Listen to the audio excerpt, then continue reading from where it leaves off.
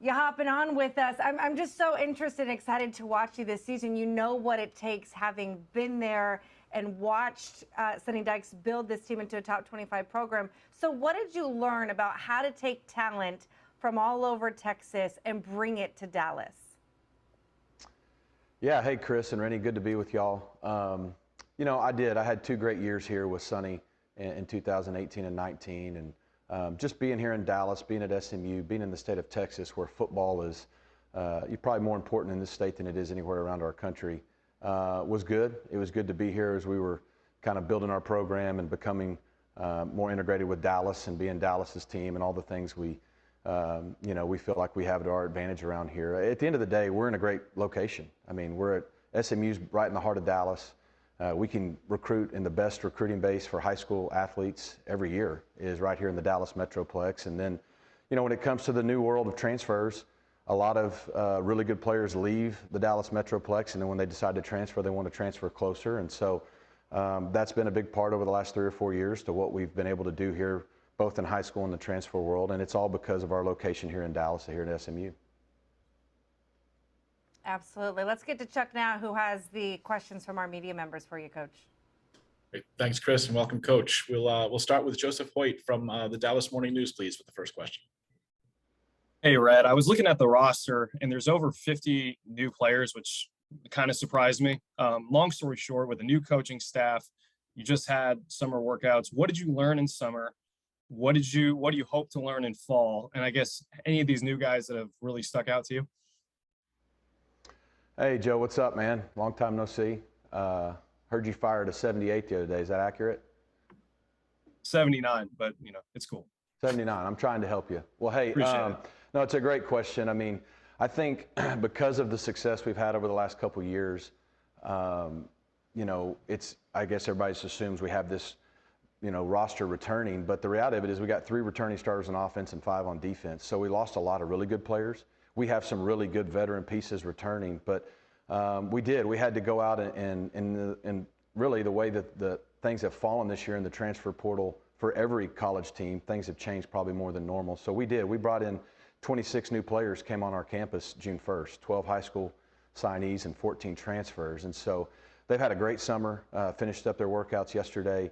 You know, we don't get to do a lot in the summer with them, but this year, you know, coaches were given 2 hours a week, which is more than ever. So we were able to spend some time with them. But what I've learned is I think we've got a really good group. We've got a good mix of new players. We've got a good mix of transfers. We've got a good mix of returning veteran players in key positions.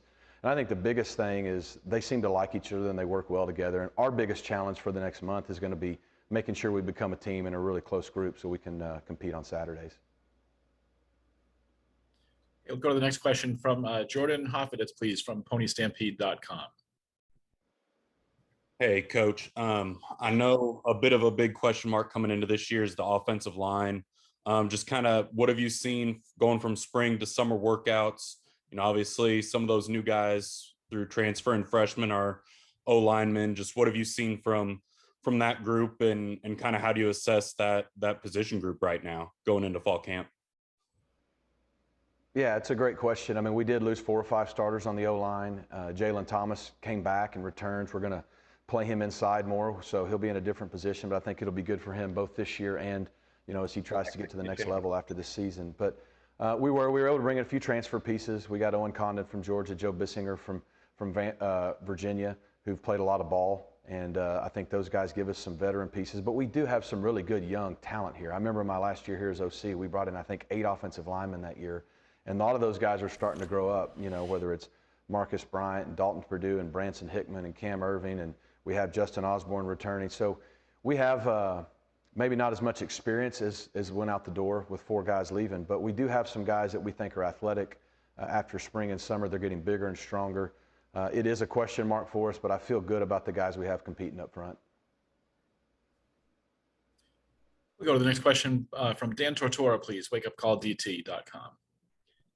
Coach, looking at the fact that you've had experience obviously at SMU, but within other conferences, when we see this realignment and different things that are going on, how would you define where college football stands today? And why was it the right time for you to return to SMU? Yeah, with regards to realignment, I don't know if anybody really knows. I mean, I think college football is changing by the day. And so we all just get up and control what we can control and do the best we can. But, you know, who knows what the next 30 days will look like, the next 12 months, next 24 months, I don't know. You know, I'm sure if you're a fan, it's an exciting time. If you're where we are, you're just getting ready for a season. And a lot of those things are out there, and that's all going to get settled really outside of our control. So as far as that goes, that's really all I got to say to that. What was your second part of your question? Why it was the right time for you coming from Yeah. Coral Gables to return to SMU? Yeah, I think it was just the perfect fit. I mean, look, anybody who does what we do long enough, I'd been a coordinator, I think 11 or 12 years. I mean, you want to be a head coach. That's a goal. That's a dream. So I was no different, but you want to do it where it's the right fit. And, you know, I'm from Arkansas, 5 hours away, been at Dallas for 2 years. I knew SMU. I knew the campus. I knew the city. I know what I think is being built here. I was here when we started it. I know the potential of what we can be as a program. So it just was the right fit and the right timing, and I'm just humbled that, you know, I got the opportunity to come back here and be the head coach. We'll go next to Leo Haggerty from Amped Up Sports, please. Hey, Coach, before I ask my question, I just want to let you know I shot 78 yesterday, but then I got to number 10. So it was a long afternoon here in Florida. When you got the job, what was the first thing you said when you met with your team for the first time? Yeah, that's a great question. Because the way everything worked, you know, I was in Durham playing Duke on Saturday afternoon on a Saturday. I was flown to Dallas Sunday night, and by Monday morning I was talking to the team. And so it all happened pretty quick. And, you know, they had just had the season finished. They're going through change. And it probably wasn't maybe what I would have expected your first team meeting would be like. But the reality of it was we had a lot of good players and a lot of good people in that room. And change was happening for them too. And I just told them the truth. I just said, look, it's your team. My job's to lead your team, but it's your team. I want to have great relationships with everyone here because that's what I believe in. It takes time to do that. And I really just asked them, hey, you know, in this world where guys have the ability to leave and transfer, I think they know that SMU is a great place. Dallas is great. With all that uncertainty, I just asked them to give me a shot and trust me and give me time to hire a staff and get to know them all and just to just give me an opportunity to earn their trust. I wasn't asking for their trust at that point. I didn't have it or deserve it, but that's all I really asked them to do. And in credit to them, I think they gave me that opportunity. Thank you, Coach. We'll go next to Stephen Leonard, please, from 24/7 Sports. Hi, Coach. Obviously, you won a state title in Arkansas under Gus Malzahn. What's the relationship between you two, and how is it like going to be a head coach against him? Obviously, we're close. I mean, he's my high school coach, and he came to my school when I was a 7th grader.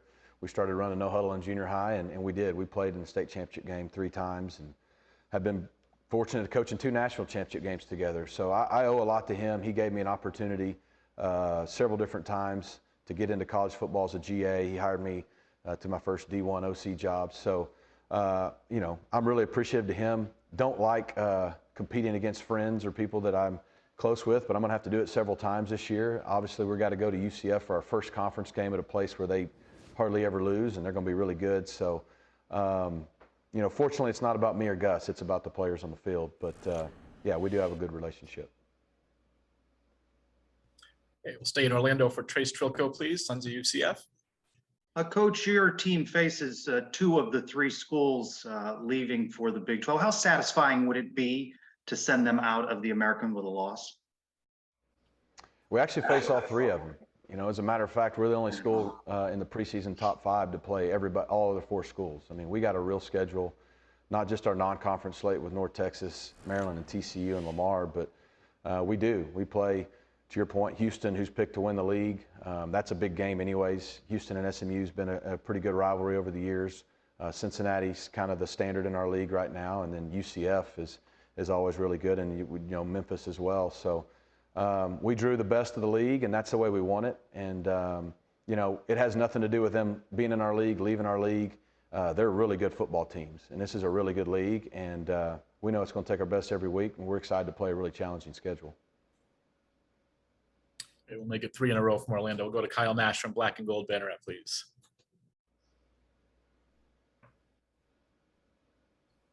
Hey there, Coach.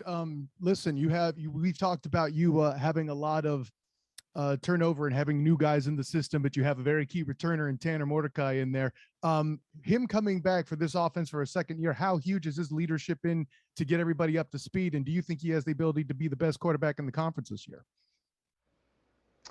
Yeah, I mean, I think we do have guys returning at key spots. You're about to hear from them some in a minute, and Tanner's a big part of that. I mean, the season he had last year was incredible.